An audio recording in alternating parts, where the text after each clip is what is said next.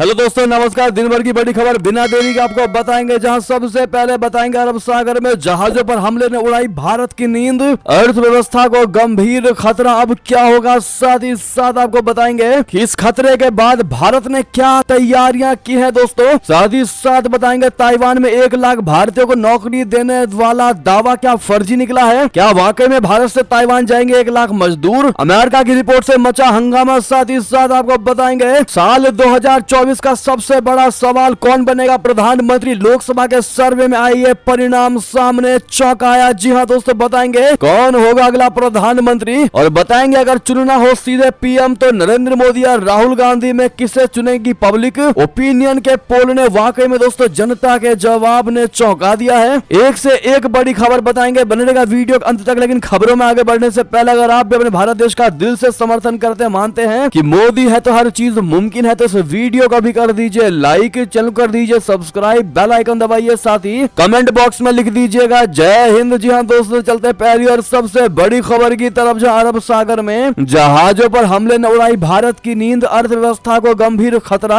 अब क्या होगा बता दें, आखिर अर्थव्यवस्था के लिए खतरा कैसे पैदा हुआ। दरअसल भारतीय नौसेना अरब सागर में देश की अर्थव्यवस्था के लिए पैदा हुए गंभीर खतरे से जूझ रही है। ये खतरा इतना बड़ा है कि अगर जल्द ही काबू नहीं पाया गया तो इससे भारतीय अर्थव्यवस्था को नुकसान हो सकता है। खासकर मोदी सरकार की दुनिया की तीसरी सबसे बड़ी अर्थव्यवस्था बनने की कोशिशों को झटका लग सकता है। ये खतरा भारत के ही एक करीबी साझेदार की वजह से पैदा हुआ है। ये कोई और नहीं बल्कि ईरान है। ईरान समर्थित हूती विद्रोहियों ने लाल सागर से लेकर अरब सागर तक कोहराम मचा रखा है। इस कारण दुनिया की कई बड़ी शिपिंग कंपनियों ने इस रूट पर समुद्री यातायात को रोक दिया है। इसका सीधा असर अर्थव्यवस्था पर पड़ रहा है और महंगाई बढ़ने की संभावना जताए जाने लगी है। पिछले 2 दिनों में भारत से जुड़े 2 वाणिज्यिक जहाजों पर हमला किया गया। सबसे पहले शनिवार की सुबह MV केम प्लूटो पर भारत के तट से महज 200 समुद्री मील की दूरी पर ड्रोन हमला किया गया। इस जहाज पर चालक दल के 20 भारतीय सदस्य सवार थे। सौभाग्य से इस हमले में किसी के भी मौत की खबर नहीं आई। इस घटना की जांच के लिए भारतीय नौसेना के INS मोरमू गाओ युद्धपोत को भेजा गया था। अमेरिका का दावा है कि ड्रोन हमला ईरान से किया गया था, जो भारत का अहम साझेदार है। इसके बाद भारत से जुड़ा एक और जहाज MV साईं बाबा दक्षिणी लाल सागर में हमले का शिकार हो गया। इस जहाज में लगभग 25 भारतीय चालक दल है, लेकिन यह भी महत्वपूर्ण नुकसान से बच गया। जी हाँ, अब ऐसे में सबसे बड़ा सवाल यह है कि लाल सागर में आखिर चल क्या रहा है। तो आपको बता दें, यमन के हूती विद्रोही इजराइल के सख्त खिलाफ है। उनका घोषित लक्ष्य गाजा के खिलाफ सैन्य अभियान के लिए इजराइल को दंडित करना है। इसके लिए इजराइल से जुड़े किसी भी युद्धपोत पर वो हमला करेंगे, ऐसा उनका कहना है। किसी भी युद्धपोत, किसी भी जहाज पर हमला करेंगे, चाहे वो कहीं भी जा रहा हो। यानी कि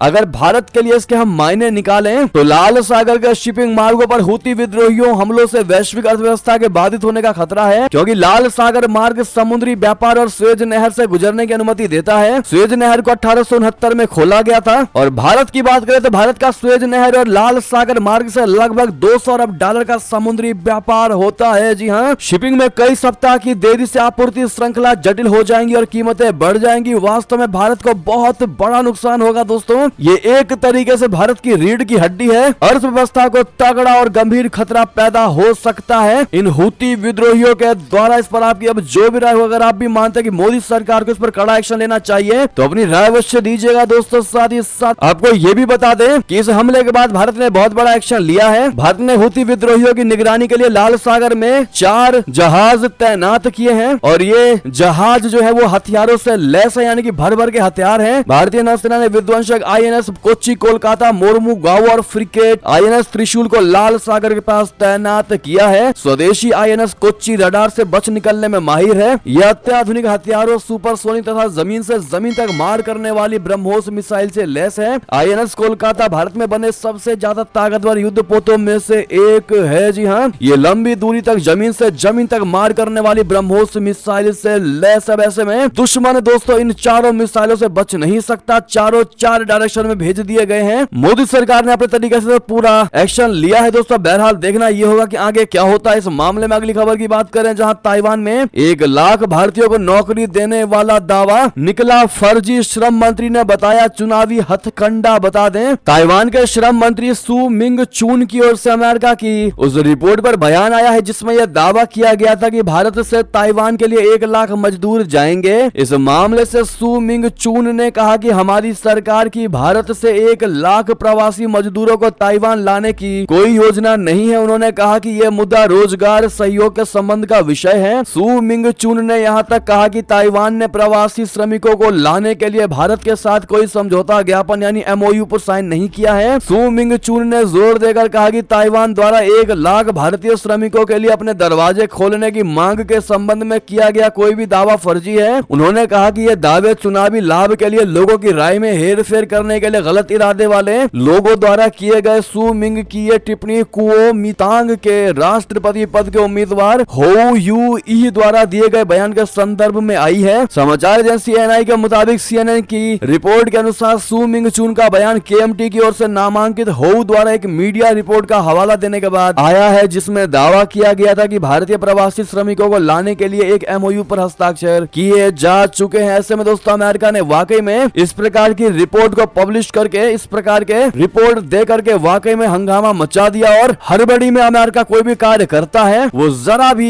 इंस्पेक्शन नहीं करता, जरा भी सर्वे नहीं करता किसी भी रिपोर्ट का और तुरंत दोस्तों हर रिपोर्ट को पब्लिश कर देता है, चाहे वो गलत है चाहे वो सही है, वो आपका काम है, आप करते रहिए। लेकिन अमेरिका का काम है जल्दी में रिपोर्ट को पब्लिश करना। ऐसे में अगली खबर की बात करें, जहां दंतेवाड़ा में नक्सलियों और सुरक्षा बलों के बीच बड़ी मुठभेड़, 3 नक्सली मारे गए। सर्च ऑपरेशन अभी भी जारी। जी हां, छत्तीसगढ़ के दंतेवाड़ा जिले में रविवार को सुरक्षा बलों और नक्सलियों के बीच मुठभेड़ हो गई, जिसमें 3 नक्सलियों के मारे जाने की खबर है। पुलिस ने बताया कि दोनों पक्षों के बीच गोलीबारी दंतेवाड़ा सुकमा सीमा इलाके पर टुम कपल और डब्बा कुन्ना गांव के बीच जंगल में हुई। पुलिस के अनुसार मुठभेड़ की जगह से 3 नक्सलियों के शव मिले हैं। इसके अलावा हथियार, गोला बारूद और उनसे जुड़ी कुछ सामग्री भी बरामद की गई है। दंतेवाड़ा के पुलिस अधीक्षक गौरव राय ने बताया कि हमें इन गाँव में नक्सलियों के मौजूद होने की जानकारी मिली थी। उन्होंने बताया कि इसकी जाँच करने सुरक्षा बल गए थे जब नक्सलियों ने उन पर गोलियां चलानी शुरू कर दी। जवाब में सुरक्षा बलों ने भी गोलियां चलाई। एक और खबर की बात करें, जहां पाकिस्तान में आम चुनाव के लिए उम्मीदवारों ने दाखिल किए नामांकन पत्र। आखिर कब होगा मतदान, बता दें। पाकिस्तान में 8 फरवरी को आम चुनाव होने वाले हैं। चुनाव लड़ने के इच्छुक उम्मीदवारों ने आज अपने नामांकन पत्र दाखिल किए। बता दें कि उम्मीदवारी दाखिल करने की आज अंतिम तिथि थी। हालांकि कोई दिग्गज नेताओं ने शुक्रवार को ही अपना नामांकन दाखिल कर दिया था। नामांकन प्रक्रिया 20 दिसंबर को शुरू हुई थी और शुरू में इसे शुक्रवार को पूरा किया जाना था, लेकिन पाकिस्तान चुनाव आयोग ने विभिन्न राजनीतिक दलों की मांग पर इसे 2 दिनों के लिए बढ़ा दिया। बता दें नामांकन प्रक्रिया 20 दिसंबर को शुरू हुई थी। नामांकन पत्र दाखिल करने की अंतिम तिथि 22 दिसंबर थी, लेकिन पाकिस्तान चुनाव आयोग ने विभिन्न राजनीतिक दलों की मांग पर इसे 2 दिनों के लिए बढ़ा दिया था। ऐसे में आपको यह भी बड़ी खबर बता दें, जहां तोशाखाना मामले में सुप्रीम कोर्ट से भी इमरान खान को नहीं मिली राहत। शीर्ष अदालत ने लौटाई उनकी याचिका। जी हां, पाकिस्तानी तहरीक इंसाफ यानी PTI के संस्थापक और पूर्व प्रधानमंत्री इमरान खान की मुश्किलें कम होने का नाम नहीं ले रही हैं। तोशाखाना मामले में पाकिस्तान के सुप्रीम कोर्ट ने इमरान खान की याचिका वापस लौटा दी है। पाकिस्तान स्थित जियो न्यूज ने अपनी रिपोर्ट में इस बात की पुष्टि की है। रिपोर्ट के अनुसार पाकिस्तान के शीर्ष अदालत के कार्यालय ने इमरान खान द्वारा दायर अपील पर आपत्ति जताई है। सुप्रीम कोर्ट ने कहा कि अपील से जुड़े दस्तावेज अधूरे हैं। इसमें कहा गया है कि सभी प्रासंगिक दस्तावेजों के साथ 6 जनवरी को अपील दोबारा दायर की जा सकती है। PTI संस्थापक के वकील सरदार लतीफ खोसा ने संविधान के अनुच्छेद 185 के तहत अपील दायर की थी। गौरतलब है कि पूर्व प्रधानमंत्री को 5 अगस्त 2023 को अतिरिक्त जिला और सत्र न्यायाधीश हुमायूं दिलावर द्वारा 3 साल की जेल की सजा सुनाई और 1 लाख रुपए का जुर्माना लगाया गया। सुनवाई के दौरान न्यायाधीश ने खान को तोशाखाना मामले में भ्रष्टाचार का दोषी पाया था। इस दौरान खान को 5 साल के लिए किसी भी सार्वजनिक पद पर रहने के लिए अयोग्य घोषित कर दिया गया था। अगली खबर बता दें, जहां मुस्लिमों ने पेश की एकता की मिसाल। कश्मीरी पंडित के अंतिम संस्कार के लिए किया लकड़ी का इंतजाम। जी हां, कश्मीरी मुस्लिमों ने हिंदू मुस्लिम एकता की नायाब मिसाल पेश की है और एक कश्मीरी पंडित के अंतिम संस्कार में मदद की है। एक कश्मीरी पंडित जिन्हें लोग प्यार से काका कहते थे, उनका अंतिम संस्कार स्थानीय मुस्लिमों की मदद से उनके पैतृक स्थान पर किया गया। इस दौरान कश्मीरी मुस्लिमों ने ये दाह संस्कार के लिए लकड़ी की व्यवस्था की और उन्हें कंधा दिया। कश्मीरी पंडित का अंतिम संस्कार गांदरबल जिले के तुलमुल्ला इलाके में उनके पैतृक स्थान पर किया गया। साथ ही साथ अगली खबर बता दें, ट्रंप नहीं बल्कि निक्की हेली बन सकती है अमेरिका की अगली राष्ट्रपति। सर्वे में बड़ा खुलासा। जी अमेरिका में राष्ट्रपति चुनाव के लिए उम्मीदवारों के बीच लड़ाई अब तेज हो गई है। कैरोलिना प्रांत की पूर्व गवर्नर और भारतीय मूल की रिपब्लिकन राष्ट्रपति पद की उम्मीदवार निक्की हेली का अपने पूर्व बॉस डोनाल्ड ट्रंप के बीच का फासला बेहद कमता जा रहा है। 2024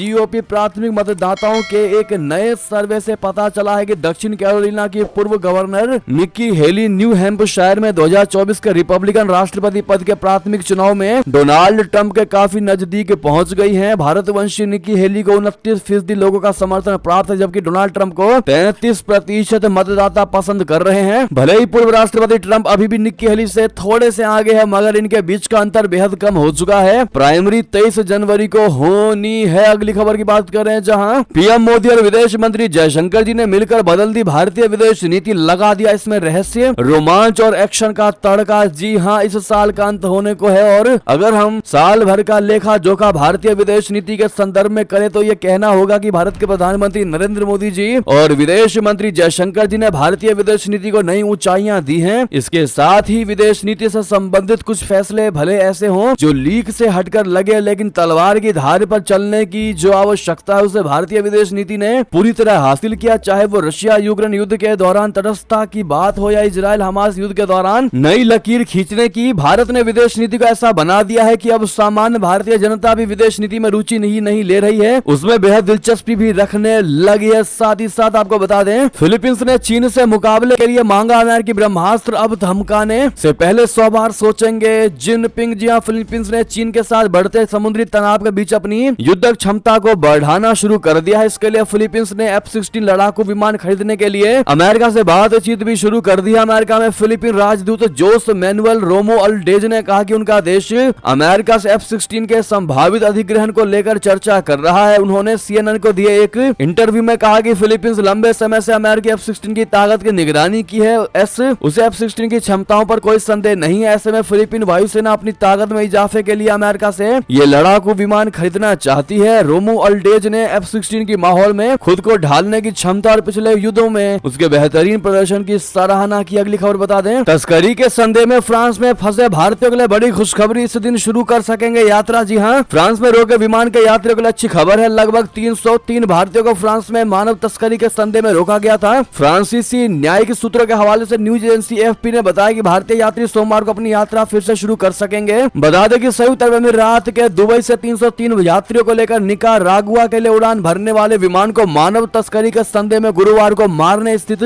चार्लोन्स वेट्री हवाई अड्डे पर रोक लिया गया था। अगली खबर बता दें, चीन ने फिर की ताइवान में बड़ी घुसपैठ, रक्षा मंत्रालय का बहुत बड़ा दावा, कहा 8 चीनी फाइटर जेट्स सीमा में घुसे। जी हां, ताइवान के रक्षा मंत्रालय ने दावा किया है कि चीन के विमानों ने उनके हवाई क्षेत्र में घुसपैठ किया। ताइवान के रक्षा मंत्रालय का यह भी कहना है कि चीन के विमानों के साथ ही चीनी गुब्बारा भी ताइवान के हवाई क्षेत्र में दाखिल हुआ। बता दें कि चीन और ताइवान के बीच लंबे समय से तनाव बना हुआ है। चीन ताइवान को अपना हिस्सा मानता है, वहीं ताइवान खुद को चीन का हिस्सा नहीं मानता है और खुद को स्वतंत्र राष्ट्र मानता है। ताइवान को अमेरिका का समर्थन पूरे तरीके से प्राप्त है। ताइवान के रक्षा मंत्रालय ने बताया कि चीन के J-10, J-11 फाइटर जेट्स ने स्ट्रेट ऑफ मीडियन लाइन को पार किया। बता दें कि स्ट्रेट ऑफ मीडियन लाइन को दोनों देशों के बीच की अनाधिकारिक जल सीमा है। हालांकि बीते कुछ समय से चीन के विमान और सर्विलांस जहाज लगातार इस सीमा का उल्लंघन कर रहे हैं। अगली खबर बता दें, चंद्रयान 3 पर विदेश मंत्री जयशंकर जी ने दी बड़ी खुशखबरी, कहा आपको नहीं बता सकता कि इसका कितना प्रभाव पड़ा है। जी हां, चंद्रयान 3 को लेकर 4 महीने पहले इसरो ने कमाल कर दिया था। चंद्रयान 3 की चांद के दक्षिणी ध्रुव पर ऐतिहासिक लैंडिंग हुई थी और ऐसा करने वाला भारत दुनिया का पहला देश बन गया था। इसके बाद से इस मून मिशन को लेकर कई गुड न्यूज मिल चुकी हैं। अब विदेश मंत्री जयशंकर जी ने खुशखबरी देते हुए बताया कि दुनिया के बड़े हिस्से ने भारत के सफल चंद्रयान 3 मिशन की प्रशंसा की। उन्होंने कहा कि मैं आपको बता नहीं सकता कि इसका कितना प्रभाव पड़ा है। जयशंकर जी ने कहा कि भारत के महत्वाकांक्षी चंद्रयान 3 मिशन की चंद्रमा के दक्षिणी ध्रुव पर सफल सॉफ्ट लैंडिंग की दुनिया के एक बड़े हिस्से ने प्रशंसा की है। विदेश मंत्री ने कार्यक्रम में कहा कि भारत की रणनीति अवसरों को अधिकतम करने और जोखिमों को कम करने की है, क्योंकि प्रौद्योगिकी में तेजी से विकास की अपार संभावनाएं हैं। बहरहाल दोस्तों, मोदी हो तो मुमकिन है, इसके लिए कहना मत भूलिएगा। अगली खबर बता दें, जहां गाजा की जंग अब पड़ रही भारी, लगातार मारे जा रहे इजरायली सैनिक, नेतन्याहू ने कहा नहीं हट सकते पीछे। जी हां, फलस्तीनी संगठन हमास के साथ इजरायल की जंग जारी है। 7 अक्टूबर को किए गए हमास के हमले के बाद इजरायल ने जंग ऐलान कर दिया है। हमास ने अपने हमले के दौरान 1400 लोगों को मार गिराया था अब और करीब 200 लोगों को अगवा कर लिया था। बदले की कार्रवाई में इजरायल ने हमास के कब्जे वाले गाजा में लगातार एयर स्ट्राइक करता रहा। हमास के ठिकानों को तबाह करने के लिए इजरायल ने गाजा में अपनी सेनाएं भी भेजी। दोनों तरफ से जमीनी भिड़ंत में इजरायल को भी काफी नुकसान हो रहा है। लगातार इजरायल के भी सैनिक मारे जा रहे हैं। सैनिकों की मौत से आहत इजरायल के प्रधानमंत्री बेंजामिन नेतन्याहू ने कहा कि गाजा की की जंग अब महंगी पड़ रही है। नेतन्याहू ने कहा ये एक लंबा युद्ध होगा जब तक हमास का सफाया नहीं हो जाता और हम उत्तर और दक्षिण दोनों में सुरक्षा बहाल नहीं कर देते तब तक ये जंग जारी रहेगी। यानी कि सीज फायर के मूड में बिल्कुल दिखाई नहीं दे रहे हैं इजराइल के प्रधानमंत्री। गाजा में और सैनिक भेजने का कर दिया सबसे बड़ा ऐलान, आखिरी मिशन पर जुटेगी IDF। जी हां, साथ ही साथ आपको बता दें जम्मू कश्मीर के बच्चों को प्रधानमंत्री मोदी जी ने दिया मोदी मंत्र 2047 तक ये काम पूरा करने का दिया टास्क। बता दें ये पहली बार है जब हमारे देश के किसी प्रधानमंत्री ने जम्मू और कश्मीर राज्य के स्टूडेंट से सीधा संवाद किया है। दरअसल इन दिनों प्रधानमंत्री नरेंद्र मोदी जी वतन को जानो यूथ एक्सचेंज कार्यक्रम के तहत पूरे देश का दौरा कर रहे हैं। इसके कार्यक्रम के तहत उन्होंने रविवार को जम्मू कश्मीर के लगभग हर जिले के करीब 250 वंचित छात्रों से बातचीत की। आपको बता दें एक ऑफिशियल स्टेटमेंट के मुताबिक प्रधानमंत्री के आवास पर आयोजित ये संवाद कार्यक्रम अनौपचारिक था। जानकारी के मुताबिक ये छात्र भारत सरकार के कार्यक्रम के तहत जयपुर, अजमेर और नई दिल्ली का दौरा कर रहे हैं। अगली खबर की बात करें जहां राम मंदिर उद्घाटन समारोह के लिए विशेष स्मृति चिन्ह भेजेगा नेपाल। जनकपुर धाम से अयोध्या तक निकलेगी यात्रा। बता दें नेपाल अगले महीने अयोध्या में राम मंदिर के उद्घाटन समारोह के लिए विभिन्न प्रकार के आभूषण, बर्तन, कपड़े और मिठाइयों से युक्त विशेष स्मृति चिन्ह भेजेगा। देश के एक अखबार की खबर में ये जानकारी दी गई है। माई रिपब्लिका अखबार की खबर के मुताबिक स्मृति चिन्ह देने के लिए जनकपुर धाम अयोध्या धाम यात्रा आयोजित की जाएगी। जानकी मंदिर के संयुक्त महंत राम रोशन दास वैष्णव ने बताया कि 18 जनवरी से शुरू होने वाली यात्रा 20 जनवरी को अयोध्या में समाप्त होगी। उसी दिन स्मृति चिन्ह श्री राम जन्मभूमि राम मंदिर ट्रस्ट को सौंप दिए जाएंगे। प्राण प्रतिष्ठा समारोह 22 जनवरी को होगा। ऐसे में आप भी दोस्तों कमेंट में जय श्री राम जरूर कहिएगा। अगली खबर की बात करें जहां ईरान के पक्ष में खुलकर साथ आया भारत, रशिया और चीन के साथ मिलकर किया संयुक्त राष्ट्र में मतदान। बता दें भारत ने ईरान में मानवाधिकार की स्थिति पर संयुक्त राष्ट्र के प्रस्ताव के खिलाफ मतदान किया है। भारत के साथ रशिया और चीन के भी प्रस्ताव के खिलाफ वोट किया। इस प्रस्ताव के पक्ष में हालांकि ज्यादा देश रहे। इस प्रस्ताव को 78 सदस्य देशों ने समर्थन दिया तो भारत,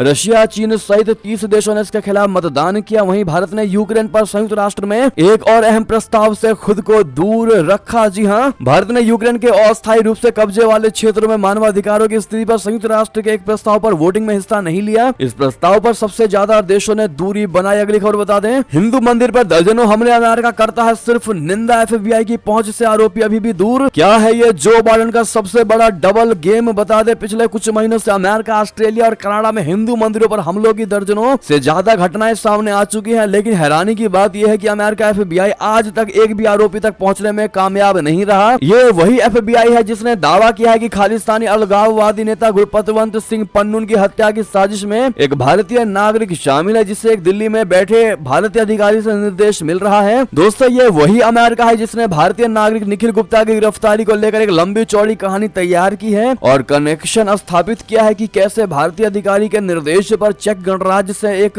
भारतीय नागरिक निखिल गुप्ता ने न्यूयॉर्क में रहने वाले खालिस्तानी नेता की हत्या के लिए सुपारी दी थी। अमेरिका ने इतने खुलासे कर दिए लेकिन अमेरिका की खुफिया एजेंसियां आज तक इस नतीजे पर नहीं पहुंच पाई है कि अमेरिका में हिंदू मंदिरों पर हुए दर्जनों हमलों के लिए कौन जिम्मेदार है, हिंदू मंदिरों को कौन निशाना बना रहा है और भारत विरोधी नारे कौन लिख रहा है। जबकि ये सारी कहानियां, ये सारी घटनाएं अमेरिका के अंदर हो रही हैं, सबके आंखों के सामने हो रही है। उसके बावजूद भी दोस्तों अमेरिका आंख होते हुए भी अंधा बना बैठा है। दोस्तों ये 3 सबसे बड़े इल्जाम भारत पर तुरंत लगा दिए, लेकिन हिंदू मंदिरों पर जो कृत्य की जा रही इन खालिस्तानियों के द्वारा उस पर FBI की चुप्पी कहीं ना कहीं ये बताती है कि पूरे तरीके से अमेरिका बाइज्ड है। जी हाँ दोस्तों, मिला हुआ है। बहरहाल इस पर अब आपकी जो भी राय हो कमेंट में लिखकर अवश्य बताइएगा। आपकी इस पर क्या विचार है दोस्तों, बताना मत भूलिएगा। अगली खबर की बात करें जहां महाराष्ट्र में कोरोना की डरावने वाली स्पीड, एक दिन में आए 50 नए केस मिले। JN.1 के 9 मरीज। बता दे कोरोना एक बार फिर बुलेट स्पीड से फैलता जा रहा है। देश के विभिन्न राज्यों से कोरोना के नए सब वेरिएंट JN.1 के केस सामने आ रहे हैं। रविवार को महाराष्ट्र से कोविड-19 के 50 नए मामले सामने आए हैं। स्वास्थ्य मंत्रालय के मुताबिक इन 50 मामलों में 9 मामले JN.1 के हैं। इसके बाद राज्य में इस वेरिएंट के मामले 10 पहुंच गए हैं। JN.1 के 5 मरीज ठाणे, 2 पुणे और एक पुणे जिले, अकोला शहर और सिंधुदुर्ग जिले के ग्रामीण इलाकों से है। बुलेटिन के मुताबिक पुणे के मरीज ने